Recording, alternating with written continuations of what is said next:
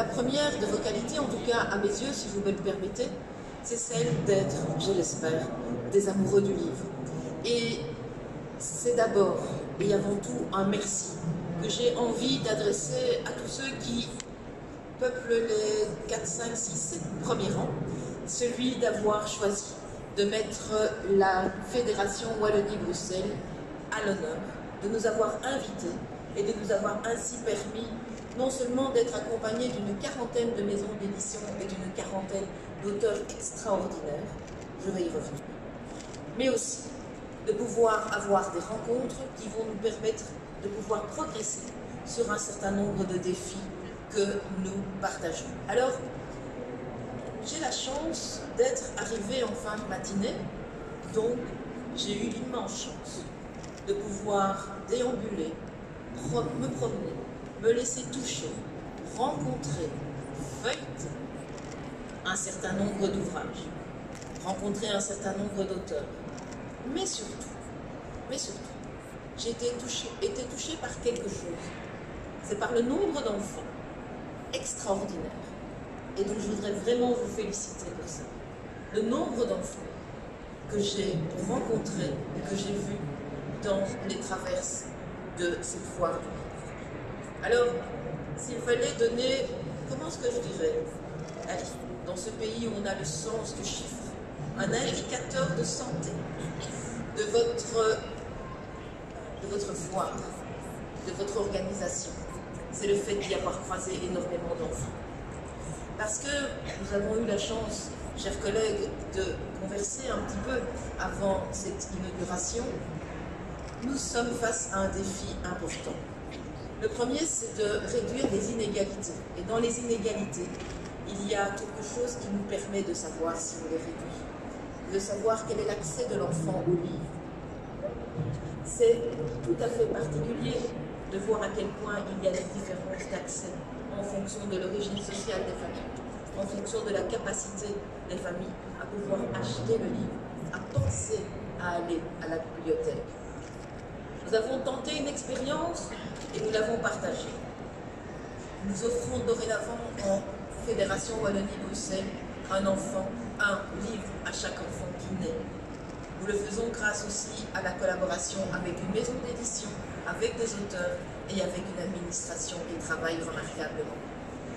Ce geste symbolique, nous le posons parce que ce sera peut-être le seul livre dans cette famille, mais que ce n'est pas pour avoir de l'efficacité directement en lecture, si vous me le permettez. C'est d'abord parce que nous espérons que cet enfant touchera ce livre, manipulera ce livre, ouvrira ce livre, en verra les couleurs, et donc sera touché lui-même dans sa capacité de créativité et d'imagination. Et que c'est peut-être lui qui va emmener ses parents à la bibliothèque et à la librairie. C'est ce pari-là que nous faisons et c'est ce premier défi-là que j'ai envie de partager avec vous. Et je me dis, en ayant vu autant d'enfants, que ce défi-là, vous êtes prêts à le relever ici, donc je suis prête à le partager avec vous. Deuxième défi, c'est de vous donner envie d'aller directement lire du belge. Et c'est complété par non-lecture. Et ça, je suis persuadée que vous avez tous compris. Et donc, oui, il faut lire du belge. Alors, ok, vous le savez tous, on est les meilleurs du monde en bande dessinée. Et vous n'osez même pas me reprendre, donc je suis tranquille. Mais ce que vous ne savez pas, c'est qu'on est aussi excellent, mais vraiment très très bon, dans la littérature de la jeunesse. Et dans le fait justement de faire ce lien très fort entre la littérature de la jeunesse qui accroche définitivement l'enfant, qui deviendra dès lors un citoyen debout, avec la littérature pour adultes, sans oublier la littérature pour adolescents. Parce que s'il y a bien un moment où il faut continuer à toucher les enfants, c'est au moment de l'adolescence. Et donc oui, deuxième défi que j'ai envie de relever avec vous, c'est continuer à vous promener dans toute cette foire, surtout concentrez-vous sur cet exposant central qu'est la Fédération Wallonie-Bruxelles, avec quelque chose d'extraordinaire, des petites maisons, Vous avez le sens des maisons, nous avons aussi le sens des maisons, et vous y verrez même des escaliers fabuleux et des greniers fabuleux, et surtout rencontrer les auteurs. Et puis, parce que c'est aussi une foi, donc c'est aussi un lieu de marché, c'est aussi un lieu où il faut croiser des expériences, c'est aussi un lieu où c'est le moment ou jamais de parler des défis des éditeurs, et aussi de ceux qui les représentent. Alors oui, vous avez un énorme marché de 4,5 millions d'habitants et nous avons un énorme marché de 4,5 millions d'habitants.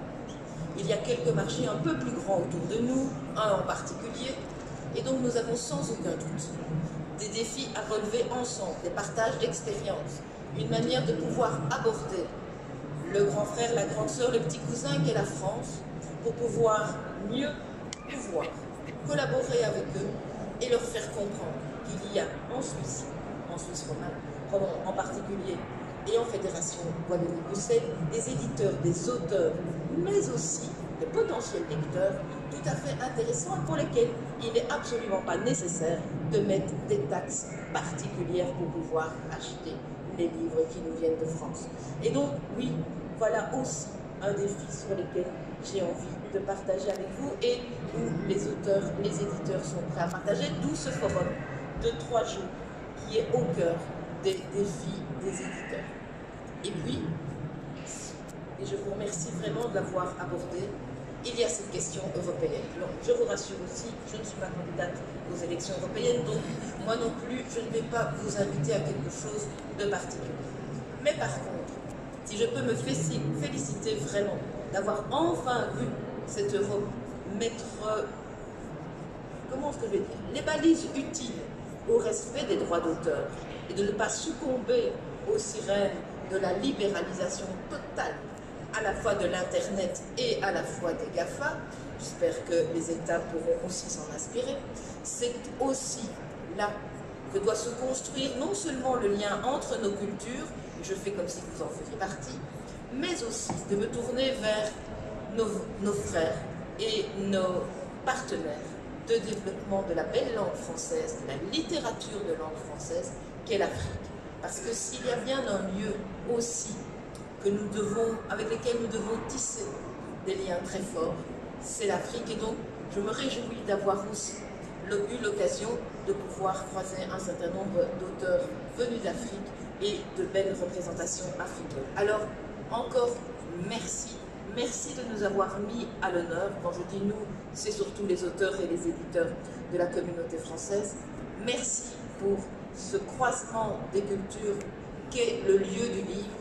Et surtout, continuons à en acheter, à en lire, à en prêter et surtout à en offrir aux autres. Je vous remercie.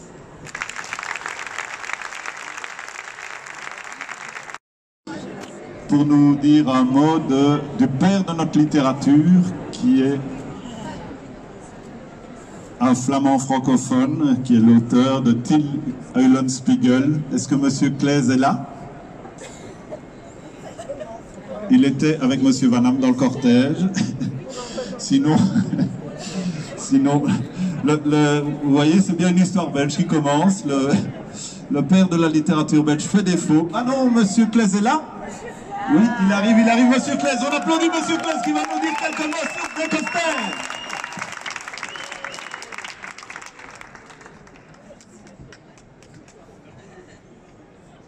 Voilà. Alors, il y aura des illustrations pour la plupart des auteurs, mais justement pas pour notre père. Il prend tellement de place qu'il n'a pas besoin d'illustration. Monsieur Claes. C'est le livre fondateur de la littérature belge, écrit par Charles de Coster. Vous connaissez tous Eulenspiegel, d'ailleurs c'est un personnage quasi historique allemand, mais a été repris par Charles de Coster. Alors, pourquoi j'aime cet ouvrage? D'abord parce que c'est le livre fondateur, parce qu'il contient 2 voix extrêmement importantes dans la littérature qui sont les miennes. La première voix, c'est la lutte contre toutes les tyrannies. Ici, nous sommes dans les Flandres du XVIe siècle, c'est le duc d'Albe, c'est la tyrannie politique, mais c'est aussi le dogmatisme de l'Église catholique. Je peux d'autant plus dire ici à Genève, que nous sommes en terre calviniste, que ça n'était pas bien l'Inquisition, n'est-ce pas?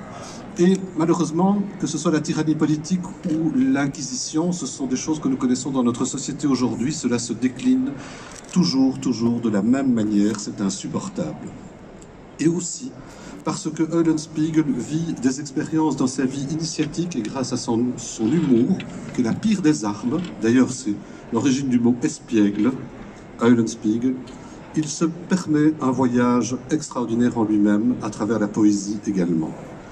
Alors c'est vrai, un tout petit mot du texte, en reprenant tout simplement, vous savez, dans la vie publique, moi je suis magistrat. Alors évidemment, je suis très intéressé par les textes sur les magistrats du passé. Alors voilà, donc vers les 10 heures de l'avant-midi, Eulenspiegel et Soudkins et sa mère furent menés dans la grange de torture. Là se tenaient le bailli, le greffier et les échevins, le bourreau de Bruges, son valet et un chirurgien barbier. Eh bien voilà, on leur pose des questions, ils ne répondent pas. Et puis vient l'instruction. Les baguettes étaient des petits bâtons de bouillie placés entre chaque doigt, touchant l'os et réunis à l'aide de cordelettes par un engin, de si subtile invention que le bourreau pouvait, au gré du juge, serrer ensemble tous les doigts, dénuder les os ou les chairs, les broyer, ou ne causer au patient qu'une petite douleur.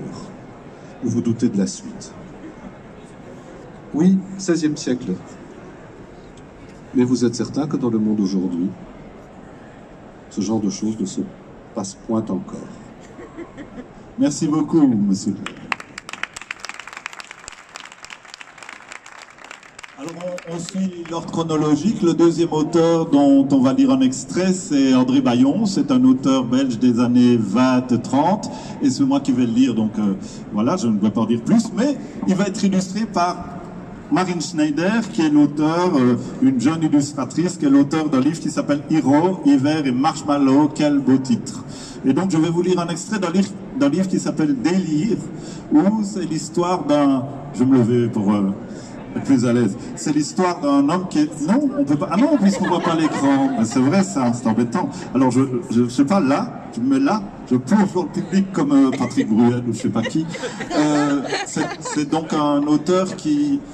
Le personnage dont il est question dans ce livre est au bord du délire. Et il essaye de trouver des moyens pour ne pas sombrer complètement dans le délire. Et à un moment, il a l'idée d'aller se confesser. Et il va se confesser. Donc on reste dans le catholicisme. Et le prêtre lui dit de prier deux paters et trois ave. Donc il commence par vouloir réciter je vous salue Marie, pleine de grâce. Il s'installe dans l'église et ça va être plus compliqué que ce qu'il croyait. Là, sur cette chaise, il serait bien. Mais si l'on entrait, trop en vue, s'il prenait plutôt celle-ci, ou cette autre plus loin, à la bonne heure, un petit coin tranquille, quelques bougies, et là, devant soi, pas trop haut, pour accueillir, vous avez la statue de la Vierge. Pas très belle cette statue, excuse-moi, ça n'a rien à voir avec ton dessin, c'est dans le texte. Hein. Pas très belle cette statue, trop de rouge, trop de vert, et quels yeux, vraiment des yeux de poupée, sont Jésus comme une autre poupée dans ses bras de Sainte Vierge en poupée. Hé, s'arrête-t-on à ces balivernes, trop rouge, trop vert poupée, si ça vous plaît, cher monsieur, elle n'en représente pas moins la Vierge. L'Immaculée, celle qui recevra vos 3 ave et vous donnera en retour la paix. En attendant, dites-les, au nom du... Ah, mais donc, à quoi pensait-il? Assis. Il était assis, se pavane-t-on sur une chaise quand on récite les 3 ave de sa pénitence? Allez en paix, c'est bel et bon, cette paix on la mérite à genoux, pécheurs, sur les dalles. Non, ce serait du ridicule, à genoux quand même. Au nom du Père et du Fils et du Saint-Esprit, ainsi soit-il. Si ce n'était pas stupide. Petit déjà, il disait « ainsi soit-il ». On avait beau le reprendre et après, qu'est-ce que cela pouvait faire? Dieu était-il un professeur de diction? Non. Alors, tant qu'il lui plairait, il dirait « ainsi soit-il, et encore ainsi soit-il ». Et maintenant, en route. Je vous allume Ruben Grazérien. Et là, que bafouillait-il? Il priait, sapristi. Prier, ce n'est pas courir la poste. On pense à ce qu'on dit. Y pensait-il? Non. Il le devait. Sinon, sa prière ne valait rien. Et au diable, sa bonne paix. Ainsi, en s'exprimant « Je vous salue Marie », que faisait-il? Comme l'ange, quel ange, n'importe. Comme l'ange, machin, Raphaël, Gabriel, c'est cela. Comme l'ange Gabriel, il arrivait en visite chez Marie. Il saluait Marie. On montre qu'on la salue, que diable. Par exemple, en inclinant la tête, comme ceci. « Je vous salue Marie ». Bon. De même, il aurait à prononcer plus loin le nom de Jésus. Que font les prêtres quand ils prononcent le nom de Jésus? Ils baissent un peu la tête. Eh bien, lui aussi, il baisserait la tête, légèrement, moins que pour le salut de la visite, mais avec le respect que mérite le nom de Jésus. À la bonne heure. Avec ces deux poids de repère, sa pensée ne courait plus le risque de se fourvoyer en route. D'abord, sa croix. Au nom du Père et du Fils et du Saint-Esprit, ainsi soit-il. Ainsi soit-il, évidemment. N'importe. Je vous salue, Marie. Saluait-il? Oui, il saluait. La preuve, son front était encore penché. Mais cher monsieur, qui saluait-il? Marie. Mais quelle Marie? Pas une Marie quelconque, pas la Marie de son livre, pas cette grosse dame à genoux devant lui qui peut-être s'appelait Marie. Il saluait la vraie Marie, la Vierge Marie, celle de la statue. On précise que diable, par exemple, en donnant un coup d'œil à la statue, comme ceci, le front penché, pour le salut, les yeux levés vers la statue. Je vous salue Marie, parfait. Et pourtant non. Le salut était bien indiqué, mais je, vous. Ces deux mots aussi avaient un sens, il fallait y penser. Ainsi je, c'était lui. Vous représentez la Vierge, comment le savoir? S'il ne se donnait pas la peine de préciser. Par exemple, pour le je, en se touchant du bout de l'index, la poitrine, il indiquerait ce je. Pour vous, cet index, il le tournerait vers la Vierge. Discrètement, bien entendu, pour ne pas avoir l'air de la montrer du doigt, comme ceci. Je, l'index sur la poitrine, vous, l'index vers la statue, puis la tête, les yeux, pour salut Marie. Oh, cela se compliquait. Évidemment, le prêtre aurait pu le dispenser. Mais enfin, voulait-il la paix? Oui ou non? Oui. Alors, on fait le nécessaire. D'ailleurs, 3 Ave serait vite dit. Allons, en route. D'abord la croix, sans s'inquiéter du ainsi soit-il. Je, se touchait-il la poitrine? Oui. Son index s'y trouvait. Vous, que devait-il faire? Ah oui, tournez l'index vers la Vierge. Salut, attention, passage dangereux. La tête en bas pour salut, les yeux en l'air vers la Vierge. Ça y était-il? Incontestablement. Son front était presque à terre. Les yeux lui faisaient mal à force de se lever pour regarder la Vierge. Salut Marie, pleine de... Halte. Encore des mots. Cher monsieur, il ne suffit pas de s'en tenir à quelques points de repère, il faut réfléchir au sens de tous les mots. Ainsi, pleine. Évidemment, pour la Vierge, pleine ne signifiait pas pleine comme on lui dit, par exemple, d'un tonneau. Mais enfin, il prouverait mieux son intention si en prononçant le mot, il se figurerait un tonneau. Oh, très vite, en sachant bien qu'il ne s'agissait pas d'un tonneau, et aussitôt après, il compléterait de grâce, pour que Marie ne s'offensât pas, et comprit que ce dont il la proclamait pleine, ce n'était d'aucun de ces produits vulgaires dont on remplit un tonneau, mais de ces bénédictions venues de Dieu, qu'on appelle la grâce. Ainsi, du même coup, il définissait le mot grâce. De même, quand il arrivera à bénir toutes les femmes, il penserait bénie et pas bénite, en remarquant que si Marie était bénie, ce n'était pas en 2, 3 ou 5 femmes, mais en toutes, plus loin pour le fruit de vos entrailles. Il savait pertinemment que ce fruit n'était pas une pomme, mais l'idée se fixerait mieux en pensant à une pomme, légèrement, sans insister. Et pour entrailles, il précisera en lançant un coup d'œil discret, bien entendu chaste, vers ce qui, dans cette statue décidément trop verte, représentait les entrailles de Marie. Par la suite, il rencontrera encore d'autres mots. Ils auraient leur tour, ils verraient bien. Alors, voilà. Un bon signe de croix pour commencer. Au nom du Père et du Fils et du Saint-Esprit, ainsi soit-il. Et en route, je, vous, non, je. Montrait-il je? Oui, son doigt y était. Vous, vite le doigt vers la Vierge. Ce qu'elle était verte, pensait-il qu'elle était verte? Non, il ne pensait pas. Il se refusait d'y penser d'ailleurs. Elle était rouge aussi. Marie, elle venait trop vite. Marie, il avait oublié salut. Tant pis, c'est à refaire. Je, et non, puisqu'il recommençait, d'abord le signe de croix. Au nom du Père et du Fils et du Saint-Esprit, ainsi soit-il, évidemment. Ça ne faisait rien. Je, là, l'index vers la poitrine. Deux bons coups pour bien montrer le je. Vous, que devait-il faire, bon Dieu, ce n'était pas si simple que cela. Et dire qu'au bout de cet ave, il devrait en dire un autre, puis un autre. Enfin, tant pis, recommençons. Au nom du Père et du Fils et du Saint-Esprit, ainsi soit-il. Je, la poitrine, parfait. Vous, disait-il vous? Voyons, disait-il vous? Oui, vous, salut, zut. Il n'a pas tourné le doigt pour vous. À refaire. Je, bien, la poitrine, vous, très bien, la statue, salut. Ah, la grosse dame avait bougé juste au moment où cela marchait si bien, fallait qu'il recommence. Non, où en était-il? Ah oui, salut, se touchait-il la poitrine? Oui, la preuve, son doigt y était. Bien, il avait tort. Il ne devait pas se toucher la poitrine, il devait saluer. Raté, à refaire. Je vous salue, non, trop vite. Je vous salue Marie, encore trop vite. Je vous salue, non, je. Que devait-il faire? Les doigts, les yeux, la Vierge, je. Qui c'est je? Bon Dieu, qui? Je. Largo Winch, mais pour moi, il est d'abord le scénariste de Prince des Sables et du Royaume des Eaux. Il avait 14 ans quand il a fait ça, c'était à la fin des années 70. Enfin voilà, il va nous lire un poème de Chavet pendant que Pascal Lemaître l'illustre. Eh oui, Achille Chavet, pas Pascal. Ah oui, Achille Chavet, pas Pascal. Excusez-moi, c'est l'émotion. Pascal, c'est lui, oui, Achille. Je connaissais pas Achille Chavet, on m'a collé ce texte entre les mains, donc j'ai pas eu le temps de l'apprendre par cœur, donc je vais le lire. Et on m'a dit, ah, tu as déjà dessiné? Ah d'accord, il est encore plus rapide que moi là. Bon, donc un éléphant se baladait dans ma cuisine. Ça commence bien. Je lui ai dit très gentiment, mais tu n'es pas ici chez un marchand de porcelaine. Tu es chez le poète, apprends à te conduire. Là, il m'a dit d'attendre et qu'il termine son dessin. C'est pas dans le texte. Ça va. Et il disparut avec délicatesse, sagement. Je parle pas du dessinateur, je parle de l'éléphant. Bon. Alors, il me dit, je retire la feuille. Il a retiré la feuille. J'en remets une autre, il met une autre. Un éléphant blanc, cette fois, chose rare, se baladait dans le corridor. Ça change. Et je lui dis, tu n'es pas chez un énergumène. Attendre la fin du dessin. C'est marqué, hein? Monsieur le poète, pardon. Non, non, c'est très étudié ce qu'on est en train de faire. On a beaucoup... Ok? Bon. J'aurais pu croire que j'en avais terminé avec les éléphants. Et je vais dans ma chambre à coucher. Par principe, je regarde en dessous de mon lit. Je sais jamais. Et j'y trouve encore un éléphant. Je ne suis pas fâché. Je n'ai pas cru à une farce. Attendre fin du dessin. Je lui ai dit, dans mon lit, mon vieux, viens dormir avec moi. À chaque jour suffit sa peine. Je t'accorde le bénéfice du droit d'asile. C'est pas signé Monsieur Théo, machin? Non, pas vraiment.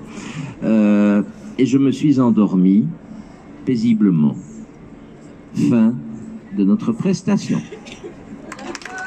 Son activité de provocateur et de collagiste avait aussi la sacrée habitude de faire un petit peu de théorie. Et à la fin des années 1950, on est en 1958, il est copain avec Guy Debord. Et un peu comme Guy Debord, mais à sa manière personnelle, très belge si vous voulez, il décide d'inventer un mode de transformation du monde, qui serait total. Et il publie un texte tout à fait étonnant qui s'appelle « Théorie de la révolution mondiale immédiate », théorie dont je vais vous lire le préambule. Il est devenu commun de dire que la fin de la Deuxième Guerre mondiale marque un chapitre nouveau de l'histoire. De même que le 19e siècle avait vu passer de l'ère provinciale à celle des nations souveraines, l'humanité entre brutalement dans l'ère planétaire, qui s'ouvre sur la division du monde en deux camps antagonistes. Or, il n'a pas fallu 10 ans pour que les deux adversaires voient sur le plan militaire leur inégalité économique, annihilée pour l'un, compensée pour l'autre, par la possession d'armes de destruction suffisantes pour s'anéantir mutuellement jusque dans leurs moindres fibres. Il s'ensuit cet équilibre provisoire dans lequel nous vivons. Il engendre une situation singulière. Car si la possibilité de pulvériser le monde existe désormais, il paraît pour le moins raisonnable d'estimer la continuation de la vie humaine à une chance sur 2. Somme toute, ce n'est pas encore trop mal, puisque chacun de nous n'en a aucune. Ensuite, il ne semble pas que l'on puisse imaginer, pour conjurer cette menace, de mesures plus rationnelles que l'unification de toute l'économie terrestre par la socialisation des moyens de production et la liquidation des frontières nationales. C'est là toutefois une perspective relativement lointaine et passablement utopique, tant que la probabilité d'une destruction universelle n'est pas déjouée. Nous partons arbitrairement de l'hypothèse que la mauvaise chance de l'humanité doive prévaloir dans les années à venir. Notre premier soin sera donc de nous efforcer de prendre tout à fait au sérieux cette menace d'anéantissement total, à laquelle dans le fond, et bien qu'on ne cesse d'en parler, personne n'adhère véritablement. C'est là un premier point, mais c'est peut-être de toutes nos démarches la plus ardue. Ainsi, il n'est personne pour croire, sans défaillance, à sa propre mort, bien qu'elle lui paraisse dans le même instant et comme inscrite en filigrane, indubitable. C'est qu'il nous faut de vrai, pour que cette persuasion devienne agissante, faire passer une hypothèse communément admise sur le plan du fait accompli, bien qu'elle n'en soit pas un, qu'elle ne peut l'être, de par sa nature même. Admis ces convictions, imprégnées de cette certitude, l'étape suivante a presque de soi. L'on peut concevoir comme une manière d'obligation morale de tâcher à tout prix de prévenir cette fin du monde anticipée, cette apocalypse immédiate dont la responsabilité relève désormais uniquement de la main humaine. Bien entendu, nous n'affirmons nullement que le monde doit être sauvé, s'il est vrai qu'il doit bientôt s'évanouir en fumée. L'expérience nous démontre au contraire, par l'exemple de millions de suicides, que la vie n'est pas, quoi qu'on l'en dise, aux yeux de tous également chère et précieuse. Il ne s'agit donc pas d'une obligation en soi devant laquelle chacun aurait automatiquement à s'incliner.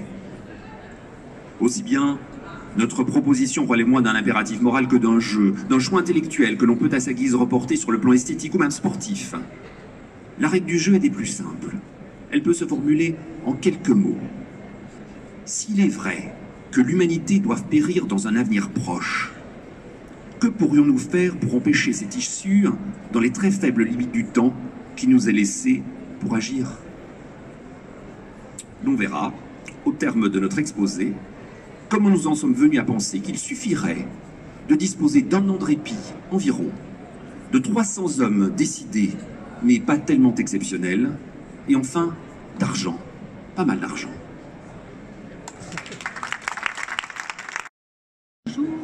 Une libellule qui joue du tambour et de la trompette, qui se baigne nue dans l'œil d'un étang, qui gazouille des chansons obscènes, qui ne sait pas compter, mais parle bien l'anglais, le français, le sanskrit, le chinois et la langue des choses, qui pond des œufs gros comme des citrouilles et se lustre les ailes avec des airs de chambellan. Rapportez-la moi, c'est mon âme.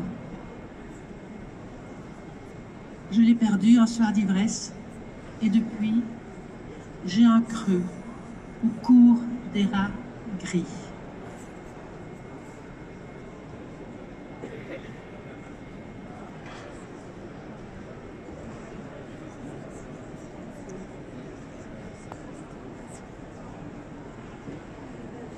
Au verger, l'heure s'incruste sous les ailes, long du silence dans la chair.